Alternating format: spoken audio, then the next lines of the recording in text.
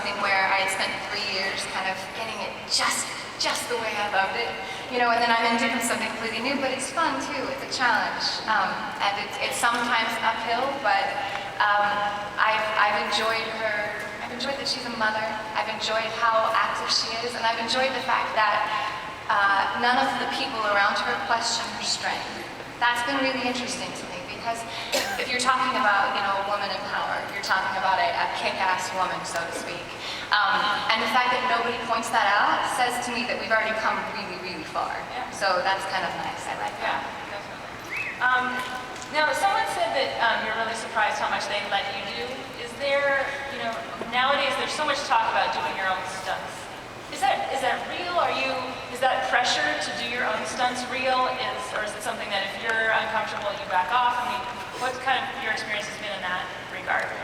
No, I think, if you're uncomfortable, you can certainly say that, but I don't know. I feel like every actor I know wants to do their own stunts, and it doesn't want to be replaced by a stunt double. I don't know if it's pride or what, but I got sick during training at one point, and I had to take like 2 weeks off and just kind of like hang out while the other people were training, and I was like a wreck. I was so upset because I was so afraid I was going to fall behind and that they were going to say, oh, the stunt double's going to have to do that part, and it drove me crazy. I wanted to do everything.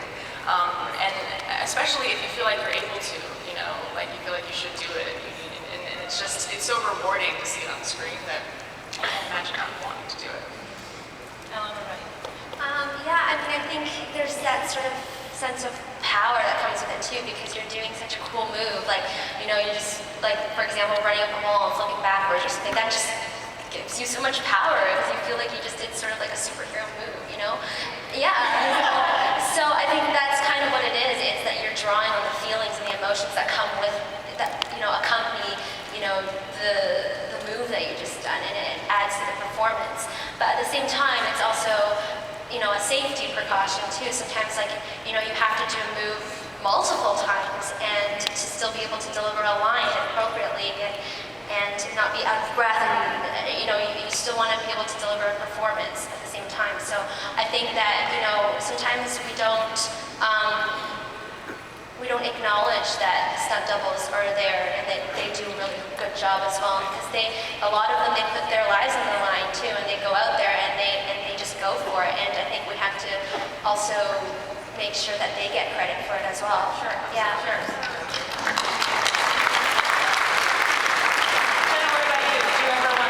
Takes pause and say, maybe I don't want to be upside down. No, never. No, I wanted to be upside down, 100%.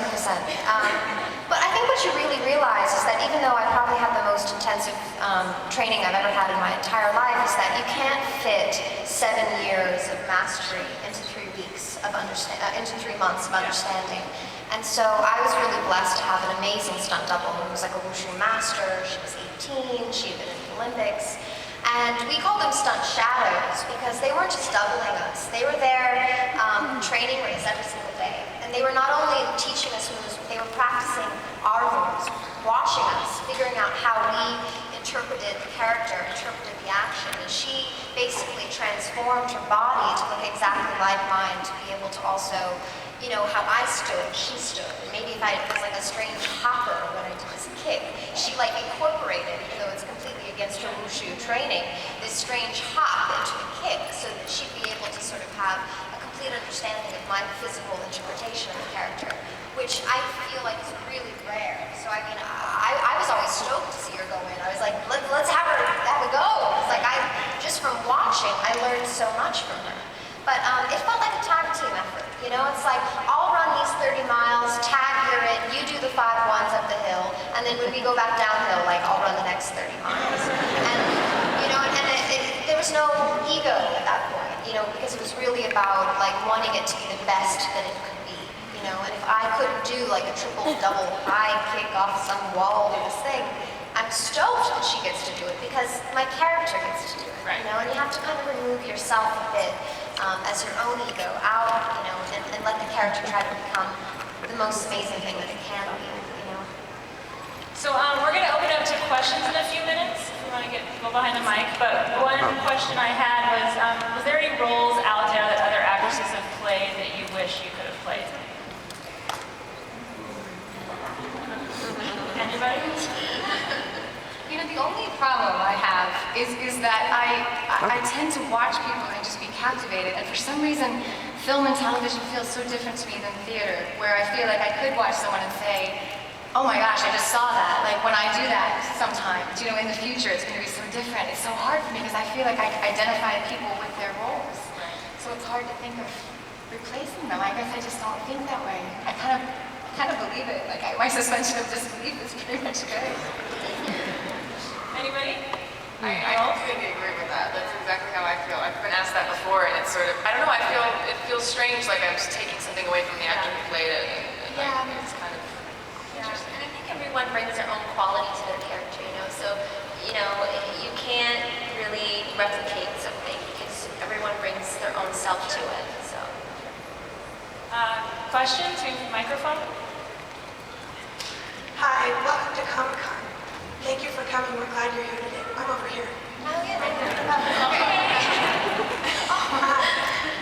My question is for all of you. I would like to know, as women actresses, how do you approach the idea that women have to be perpetually youthful in Hollywood? Oh, I think they do. I laugh at it. You can do a close-up on my face if you want.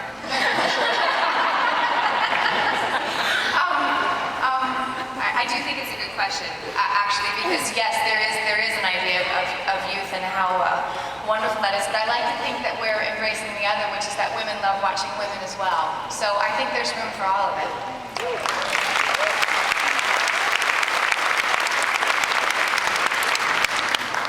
My question is for Jena, and I really love doing Pride and Prejudice. And Jane Austen wrote such strong female characters, so I want you to know if you think that her voice still is here and inspires female characters in Hollywood today, and how? Well, at the time, she was doing things that women were not allowed to do. She was breaking molds and standards in her own right, and isn't that why we're all here at this panel? Is it because we're all breaking molds and standards and trying to understand the sort of new idea of Hollywood that we're breaking into is not sort of one-dimensional, you know, sort of cookie-cutter females, but these sort of vibrant, beautiful, almost scary sometimes. Right? I mean, it can be kind of really intense. And I think that's what she always wanted to do anyways, is expose the strange and the beautiful, and that's what we're all here doing. So yeah, her voice is here, for sure.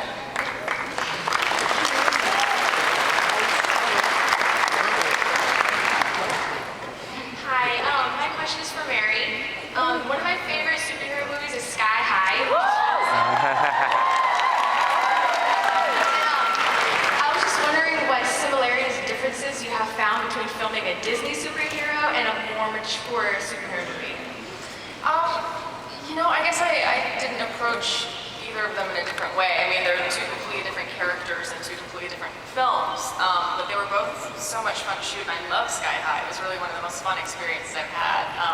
And it was a different experience because there were so many young people on that set, and it was kind of a really family-friendly vibe, and Scott Pilgrim was a bunch of 20-somethings, so it was, and we were all kind of, you know, in a different stage of their lives. So those two films kind of represent two generations, I think. But they were both, you know, equally awesome to be a part of. I wanted to compliment Ms. Anna Torv, the way you portray Olivia, and you exude that confidence and strength while still maintaining her sensitivity and... I